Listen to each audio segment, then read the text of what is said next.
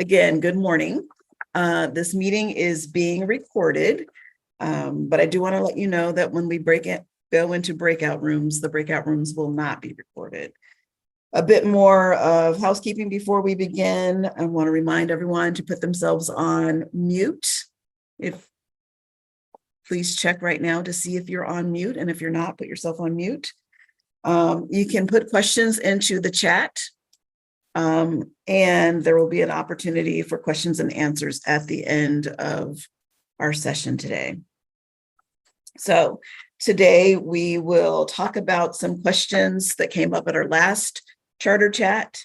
We'll do some updates on legislation. There are a few hot topics around LCAP and some fiscal oversight. Our breakout rooms today, we're going to try something new. We're going to do it by size. And I'll talk a little bit more about that when a little bit later. And then at the end, we'll have our Q&A. Next slide, and then the next slide.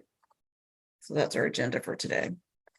Just a reminder that CASI is a collaboration among the California Department of Education, the California Charter Authorizing Professionals, and the Santa Clara County Office of Education. So on this slide, you see the Santa Clara County Office of Education team members. I'm Mifula Fairley, and I would like all of our other team members, Michelle, Matt, Shalou, and Cynthia, to give everyone a wave. Next slide, please. This slide has our CCAP partners. Tom is here by himself today. Yep. Dave and Debbie are not available to join us today. And then we also have our partners from CDE, Allison Ball. Allison, can you wait? Thanks. All right, next slide, please. So I know that we like to multitask when we're listening to things, Zooms and webinars and whatnot, but if I could ask everyone to just take a second, look at the slide, and rename themselves. So today we're going to try doing our breakout rooms based on size. So if you are a non-authorizer partner, like if you're representing a charter school or a nonprofit organization, or if you're a consultant or a back office provider, you're considered a non-authorizing partner, you're going to be number one. So you're going to rename yourself the way that I have renamed myself, with a 1 in front, your name, and then your organization. We have an example on the slide. If you are from a large authorizer and you have 6 or more charters, that's what we're considering a large authorizer, you're going to put a 2 in front of your name. And if you're from one of the smalls, you have 0 to 5 charter schools that you authorize, put a 3 in front of your name. So I'm just going to give us a few seconds, about 60 seconds, to give folks time to rename themselves. And if you just need a reminder, you're going to click on participants down at the bottom of your screen, and then find your name on the list over on the right, and click on your name. Oh no, on the 3 buttons, hover over your name, and then click on those 3 buttons and click rename, and then you can rename yourself. So 1, if you're not an authorizer, 2, if you authorize 6 or more charters, 3, if you authorize 0 to 5 charters.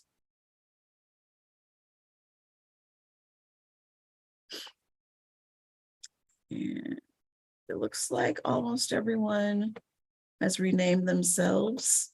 There's still a few, but yeah, it's important to rename yourself because it helps our folks who are working behind the scenes put together the breakout groups. We're going to we'll see the slide again a few more times before we actually go into breakout rooms. I'm going to give you about 5 more seconds, and then we'll move on. Okay, next slide, please. I want to remind you that we have our annual survey out there for folks, and can Justin or Amy drop the link into the chat for the annual survey. We have 329 authorizers in our state, and we've heard back from 42. So it would be really helpful for us if all of you could take a few minutes, not right now, but take a few minutes and maybe right after this meeting and complete the annual survey. It helps us to know how we're doing and what you need from us. Okay, next slide, please.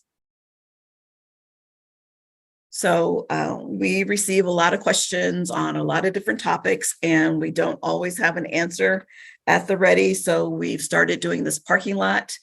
You can see that there are a couple of things that are crossed out. The two that have a strike through are things that we're going to be discussing today. And then material revisions, which is number 1 on the list, will be the topic of our July quarterly regional training. And we'll talk more about the logistics for that and the registration for that later. Okay, next slide, please. Oh, here we are. So our July quarterly regional training will be virtual only. It'll be on July 14th from 9 to 11. And I need Amy or Matt or Justin to drop into the chat the link for registration, please. So you can register there. And then hopefully Amy or Matt will also, not Matt, Amy or Justin will drop into the link, into the chat, the link for our past quarterly trainings that have been recorded. And so what we're going to talk about on July 14th is what is material revision? What is the process? What's the timeline?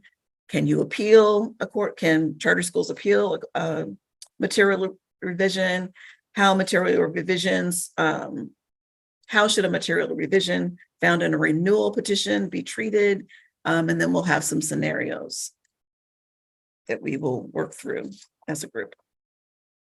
Next slide. And I'm going to turn it over to Tom. Okie doke. Well, we're going to run through rather rapidly some of the charter chat questions that came up in our last meeting or since then. But we'll refer you all to the compilation of resources that we have that accompany this charter chat, because that's where you can find, the more detailed answers. But we'll give you the short versions of things today. And starting with MOUs. So there's a question about, where in the Ed Code do I find information about MOUs, Memoranda of Understanding? Well, there is no requirement in the Education Code that an authorizer and a charter school enter into an MOU, but it is a recommended best practice that authorizers utilize MOUs to kind of articulate and augment the expectations that are set forth in the petition, and just kind of make the rules of engagement kind of in our authorizing relationship a little clearer for everybody. There are Ed Code provisions that relate to that, like allowing, empowering authorizers to access any information they need for certain kinds of oversight. And if you want to see an example or a set of examples of the kind of MOUs are out there, if it's not something in your practice right now, CCAP has what we did was we just compiled some examples. So it's not a model MOU or anything like that. It's just some examples. We have a representative sampling, kind of a more detailed and a more spare version, one from a county, one each from a county and one each from a district, with a kind of a table of contents, an index that shows you where you can find similar provisions on things. And that's just as a frame of reference, but that's something obviously you would work with your legal counsel on. The next one is a question that's come up before, and that's, again, AB 1505, it kind of changed the rules and the processes for appeal. So how does it work? So here's a short version, again, a review.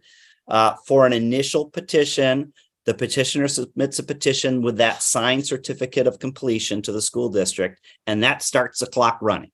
And the clock gives you 60 days from that submission to hold a public hearing, and 90 days to hold the decision hearing. If both parties agree, you could extend the decision hearing by another 30 days, but both sides have to agree.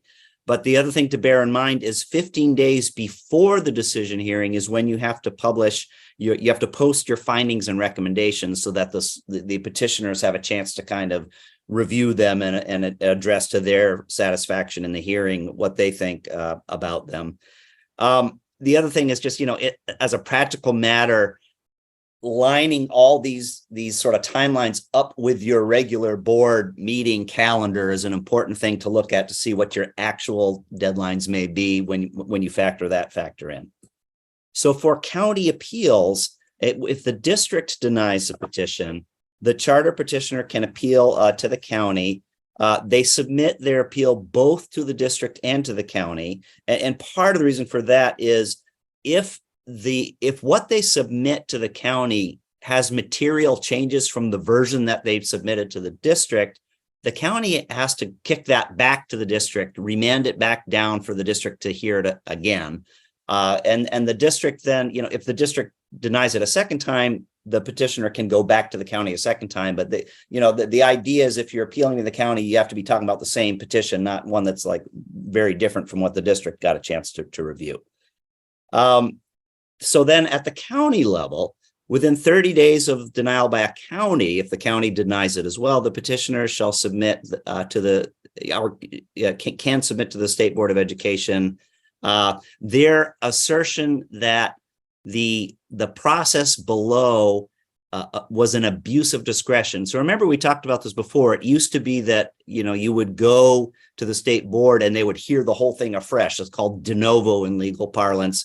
And that no longer is the case. At the state board level, the state hears the petition or looks at whether the process was not handled right at the district and county level. And so they take a look at that, and that's the limit of their approach. So the request at the request of the petitioner and no later than 10 business days after that request is made, the governing board of the district and the county board have to prepare the documentary record, including transcripts. Remember, we talked about that, and transcripts, it's been discussed, video transcripts versus written, those sorts of things. There's different ways of fulfilling that requirement, but you have to have that in mind when you're holding your decision hearings in the first place, because you have to be able to submit that record hypothetically to the State Board of Education if it goes that far. So within 30 days of receipt of that appeal, the district or county can submit their written opposition to the state board, detailing and citing the documentary record to the record how they did not abuse their discretion in their denial. Now, first it goes to ACCS, and ACCS, their role is also limited. Their role is to recommend to the state board whether or not there's sufficient evidence to hear the appeal, or just for the state board to summarily deny the appeal. So that's their limited role. And then the board decides, okay, we're going to hear it, or no, we're just denying this appeal. We think it's okay. There's a link that we'll provide here and it's in the resources, to the meeting schedule that sort of looks at the timeline for at what point you have to submit this appeal in order to get it onto the agenda of the board meeting. That's, they need some time to process this. So there's a little bit of a long lead time for petitioners to be aware of. So now let's move on to a question about, a timeline of major charter legislation in California over the years. So there's a couple of places you can look. Through March 2019, the legislative analyst has a report that we'll have a link to that sort of has that timeline, started the law here, and then these are the major sort of milestones in which the legislature came back and tweaked the law. There's also, though, for more recent stuff, if you look at, if you're familiar with the Procopio book, I don't know if my camera can show it. It doesn't seem to be showing very well, but if you have the Procopio law firm has a book that's the charter school laws and regulations. It's a compilation of everything that is updated through 2023. It's not so much the timeline, but what's in there reflects everything up to there. So that's another way that you can have a quick reference. We also got a question about alternate budget forms because it was noted that, hey, for the unaudited actuals, we know that there's a new form that charters need to use from CDE. Does that apply to the budget as well? So CDE doesn't provide a version of the alternative form or the SACS form for budgets or interim reporting periods. That's not required by statute. But, that doesn't prevent charter schools from using the SACS software or the alternative form if that's what they want to do. But it is true that they must use the new SACS web-based system for fiscal year 2022-23 unaudited actuals. So that sort of brings some uniformity to how those are presented. Next slide, and we have just a few more here. LCAP plans. What do we do? A couple of questions relating to so-called dependent charters. Remember, dependent charter actually isn't a legal term that exists in the education code. It's just our common shorthand for a school in which the governing body of the school is the same as the board of its authorizer. And, you know, that board has to remember which hat it's wearing depending on what function it's fulfilling in its governance role. So one question had to do with LCAPs. Can we just be included in the district LCAP because we have the same governing board?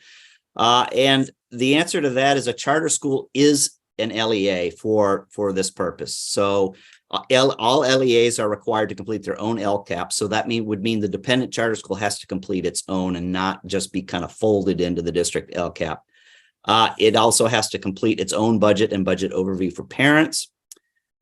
In terms of the budget, you can include that dependent charter budget in the district's overall budget, but you have to have that sort of separated out as a separate fund to guard against commingling. So that's one of the things the CBOs and the lawyers will warn you, be careful when you have this sort of less formalized relationship by virtue of the fact that you have this governance structure, that you're still observing the authorizer school relationship and the proprieties, including not commingling the funds.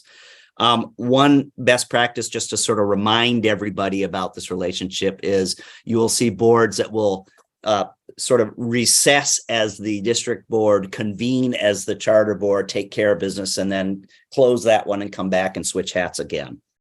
Then we had a question also about what about, how do you have decisions making when you're the same board without guidance or input from legal, for, which hat you're wearing for these, observing the proprieties like I just referred to.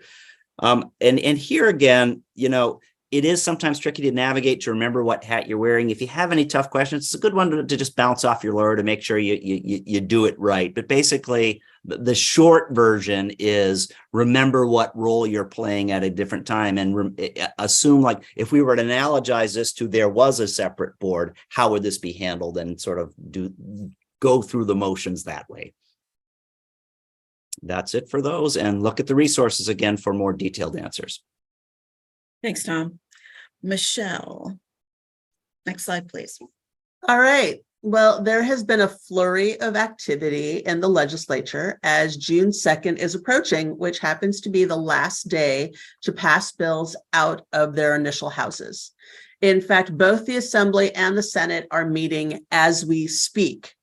And I know that everyone is really interested in SB 739, which happens to be number 4.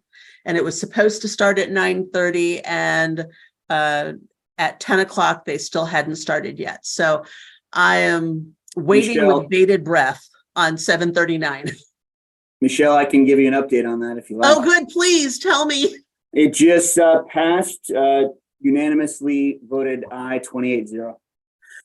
Okay, well, then you have now heard the most recent information. Thank you so much for sharing. All right, so right now, 533 is a stalled bill. 984 is in third reading on the Assembly floor. We're actually adding in 1054 by Berman, which this bill would require governing boards of districts and charters to adopt a plan to offer a computer science class for grades 9 through 12. Based on a particular timeline, which would not just teach students how to use a computer, but why a computer works, and to increase the underserved populations in joining the computer science profession. Schools would need to annually submit to the CDE the computer science class, including the content standards covered, the demographics of the students, and the demographics of the credentials of the teachers. It's passed the Education Committee, and it's currently on the third reading on the Assembly floor. 1299 is stuck in committee, and 1555 is it actually is in the Senate Education Committee. It passed the Assembly. Next slide. Let's look at Michelle, quick question on Sure. 1299. So Zach is asking if charters are now required to have a police officer. At this moment, it's stuck in committee. So that means there's no new information. It was referred to the Education Committee on 4/3 in the Assembly, and it needed to get out of the Assembly Committee by May 19th. And since it hasn't left, it's stuck in committee. Yeah, sorry, Tom, what were you saying past 28-0? So that's actually on the next slide, which we're going to talk about right now. That is SB 739. But I'll go back to the first few. SB 10, it was ordered to special consent on the floor and passed the floor yesterday. So it has now been moved to the Assembly. 426, which is changing the name, and it is still in the Assembly. It's on item 60 on today's file. SB 739, which is extending out the charter terms by currently 1 year. That's the one that we were just waiting for, and we just learned that it passed the Senate 28-0. So it is now moving to the Assembly. And then the last one is SB 810. The bill was amended on April 17th, but nothing's happening with it. It was canceled. Its hearing was canceled at the request of the author, so it's stuck in committee.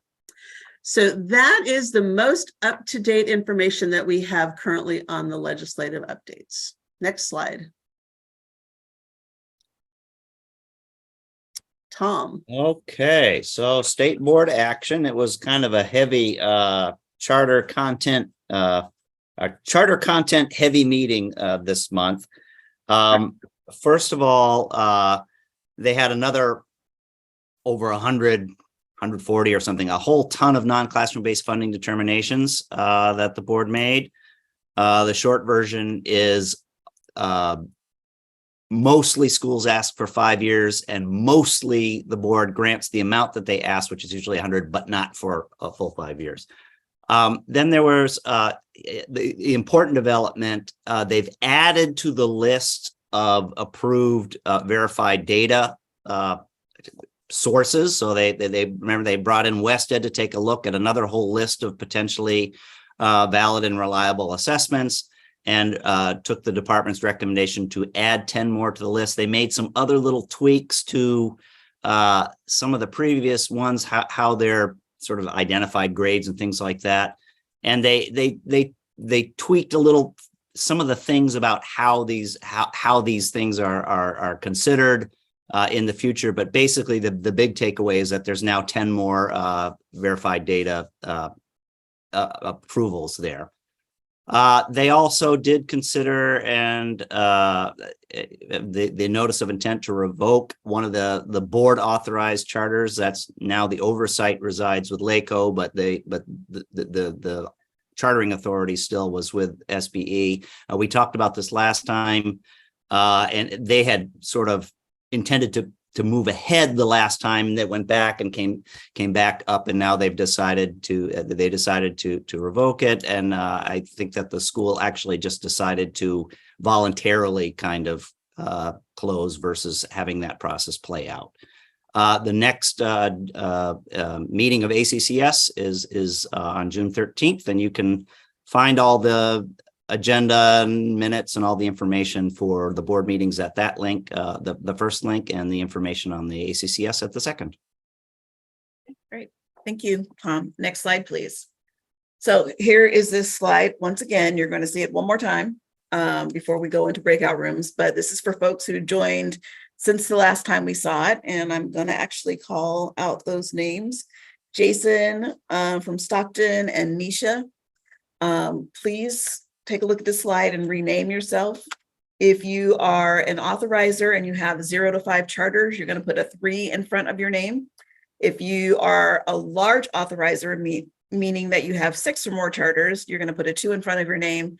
And if you are not an authorizer, you're a non-authorizing partner, put a 1 in front of your name, please. Next slide. Can someone drop that information in the chat again for Jason and Nisha? Okay, so we're going to move on to hot topics now. This is the part of our program where you get news you can use right now. Next slide, Matt. So it is LCAP time again. There is no change to the LCAP review process from last year. LCAPs are due by July 1st, 2023. LCAPs must be approved at the same time as the budget is adopted, and they must have a public hearing prior to adoption to gather input on the LCAP. Please see the resource page for links to information about LCAP. Next slide, please. Okay, we're going to move on to fiscal oversight hot topics, and Cynthia and Shalou are up next. I'm not sure which of you is going first. Sure. Thank you, Mapleette. This is Shalou. Good morning, everyone. So I just want to build up on what on LCAP, what Matt just mentioned. So while LCAP has been known as a program compliance item, it is the document that should be closely connected with the budget. LCAP goals should drive the budget, not the other way around. Make sure the program and the fiscal teams are communicating with each other when they're reviewing the document. While reviewing, please keep in mind that budget overview for parents should match the charter school adopted budget. And then all components of LCAPs are submitted to the authorizer and posted on the charter school website. That includes the budget overview for parents, 22-23 LCAP template, action tables, including the LCAP instructions. And if applicable, the 15% concentration grant add-on, which should be addressed in the LCAP, that is used to increase the number of credentialed and classified employees who provide direct services to the pupil. Next, the annual budget process. It's again a reminder, just like district, charter school must complete and approve their annual budget. Per Ed Code 47604.33, the charter schools are required to submit the board-approved annual budget to its chartering authority by July 1st each year. Last, again, building upon what Tom mentioned earlier regarding the SACS web-based system. As you all are aware, in March of 2022, California Department of Education released a new SACS web-based system. The school districts were required to submit the 22-23 budget using the SACS web-based system. As for fiscal year 22-23, all charter schools will be required to report 22-23 unaudited actuals, financial data, whether using the SACS or the alternative form in SACS web-based system. The charter school alternative form will be available in the SACS web-based system late June or beginning of July 2023. So the next step, just wanted to remind the charter school, in order to access this web-based software to report their 22-23 UAs, user accounts and user roles need to be set up in the system. Here at SCCOE, we will be assigning one administrator and user management role per LEA for SCCBOE authorized charter schools. And the LEA administrator will then in turn assign the additional user and roles to the charter school staff in order to need access for the system to complete their 22-23 unaudited actuals.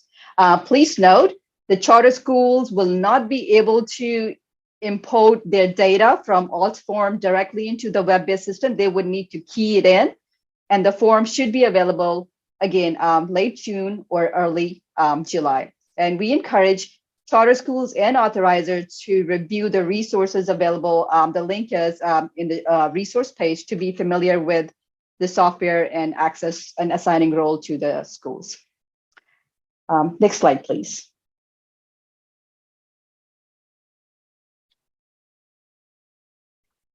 Thank you, Justin. Thank you, Shalom. So we just simply wanted to close out our fiscal oversight hot topics with some brief highlights of the May revise, which was released May 12th. The May revise proposed several changes from the January governor's proposal, beginning with the cost of living adjustment, or COLA. The budget maintains fully funding the COLA with a slight increase from 8.13% to 8.22%. In addition to LCFF, the COLA would apply to the state special education, mandate block grant, child nutrition, and SB 740. Furthermore, the May revise maintains the LCFF equity multiplier. However, it proposes additional accountability. This is one of the few augmentations in the budget that has legislative support. And now to highlight some areas of reduction, starting with the arts, music, instructional block grant. An additional $607 million reduction is proposed, bringing it to an overall 50% reduction of the original $3.6 billion entitlement. It is worth noting that 50% of the original entitlement was already apportioned to LEAs, so it is expected that if the proposed reduction is enacted, the remaining 50% will simply not be apportioned to LEAs. Next, the newly proposed reduction is a 32% cut to the original entitlement of the Learning Recovery Emergency Block Grant.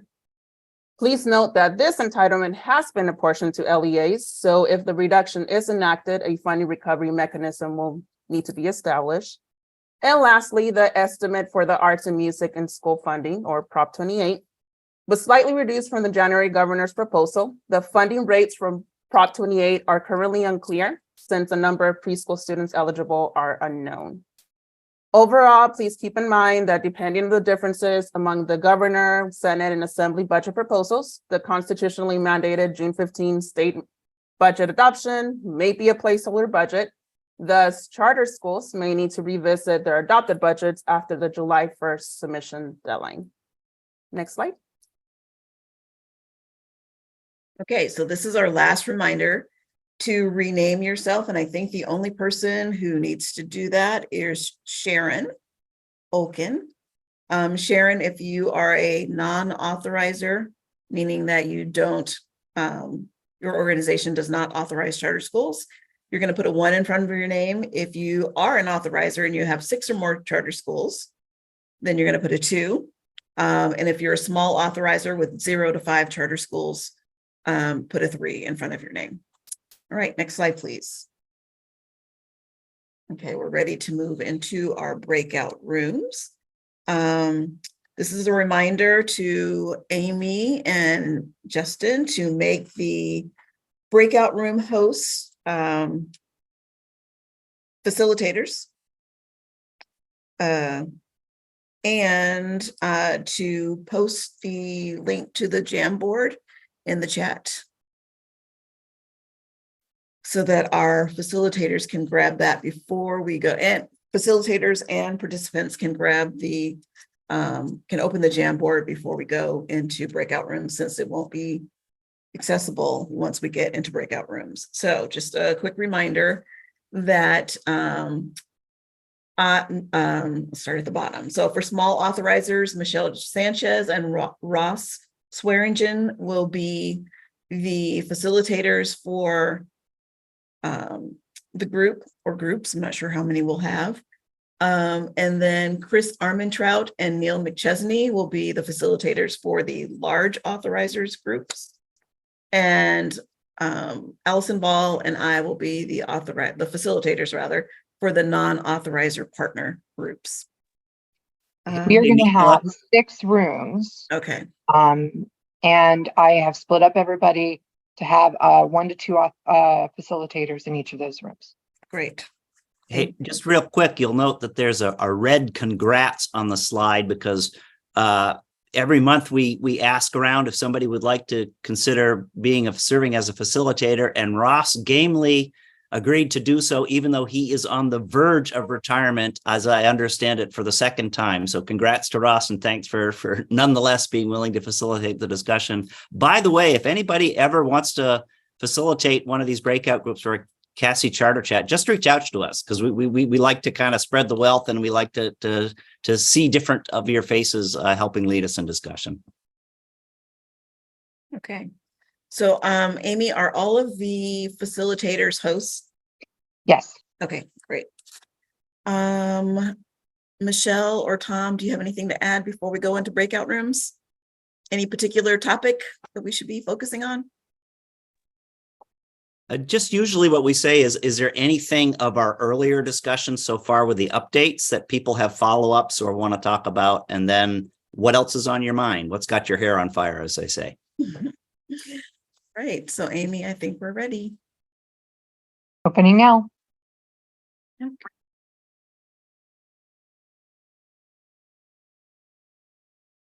Amy, do we have everyone back? I think a few people are still coming back, but yes, just Okay. generally, yes. All right, everyone. Thanks for participating in the breakout groups. We'll do a short debrief. Our group was not actually able, well, at least the two facilitators, I don't think, were able to record in the Jamboard because it was so heavily used, which is a great thing. But I do have a few things down that I wrote down, and hopefully Allison can add on anything that I left. So a couple of things came up in our discussion. One is, what is an at-promise charter school, and who decides that a charter school is at-promise? And then how do those specific schools get waivers on personnel? And I think there was another waiver that was mentioned. So we'll put that on our list of questions to research and get back to you on.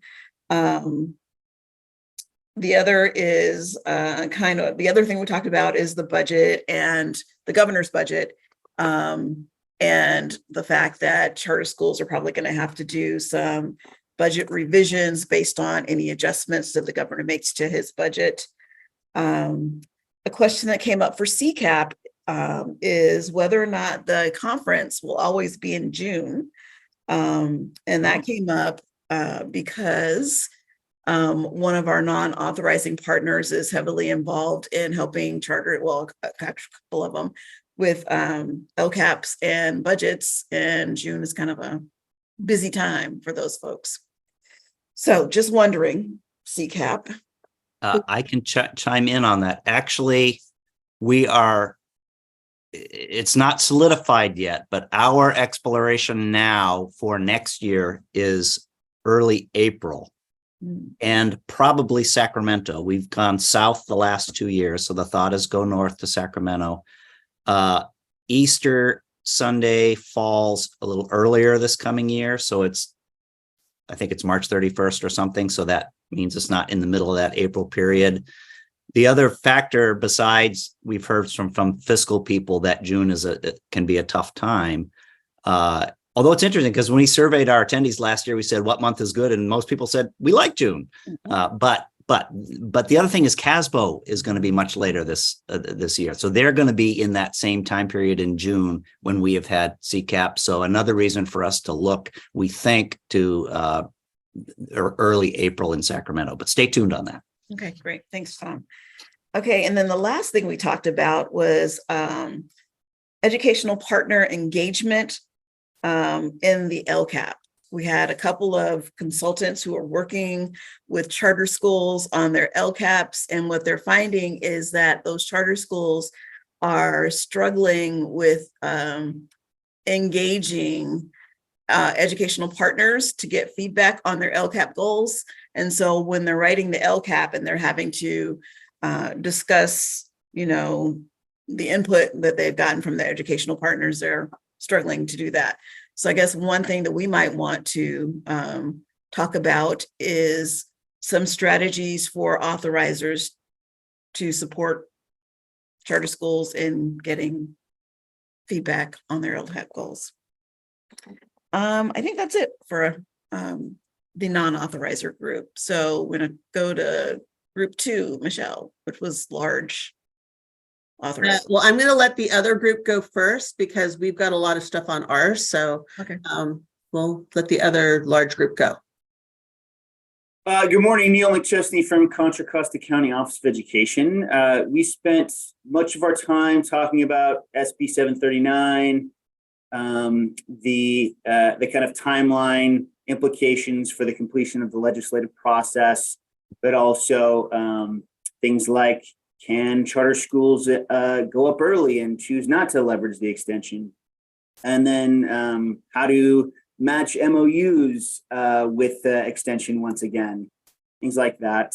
We also had some conversation about differentiated assistance.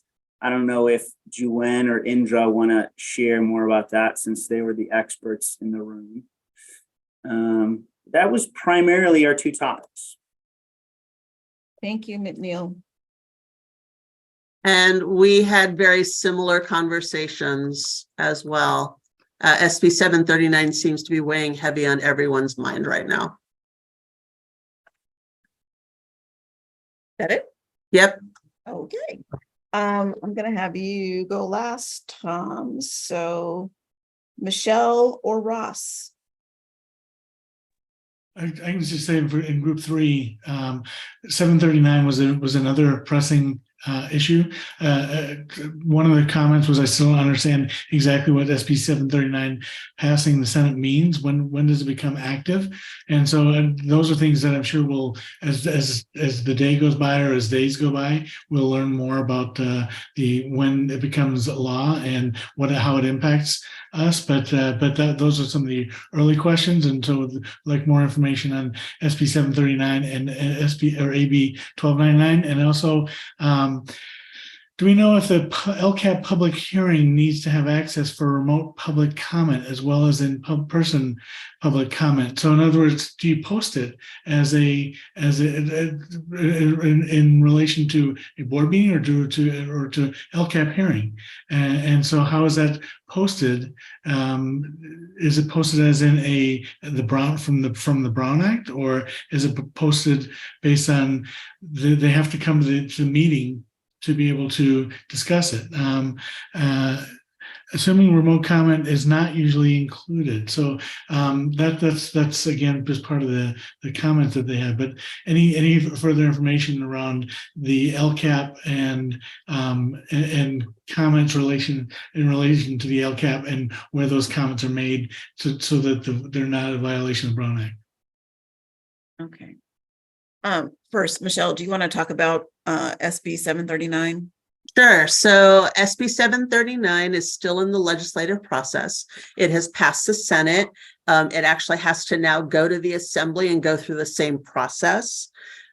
Because it is not an urgency bill, it does not get signed. It does not go into effect until it is signed. So if it passes the Assembly and then gets signed, it would not take effect until January 1st of 2024.